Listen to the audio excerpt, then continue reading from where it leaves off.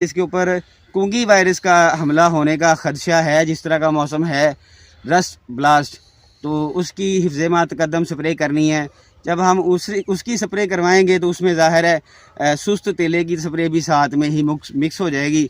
तो इंशाल्लाह इसके ऊपर हमारे जितने भी हमारे प्रॉब्लम है कुंगी के, दाना पिचकने के और दूसरे अवामल जो हैं जिनसे गंदम की पैदावार कम हो जाती है, वो इंशाल्लाह सारे के सारे अवॉइड हो जाएंगे और पैदावार बेहतर से बेहतरीन की तरफ चली जाएगी। तो हर ज़मींदार को चाहिए गंदम की अच्छी पैदावार लेने की जिद्दोजहद करें। हमने गलतियां की हैं या कुछ हमने बेहतर किया है, जो भी था वो गुजर गया है।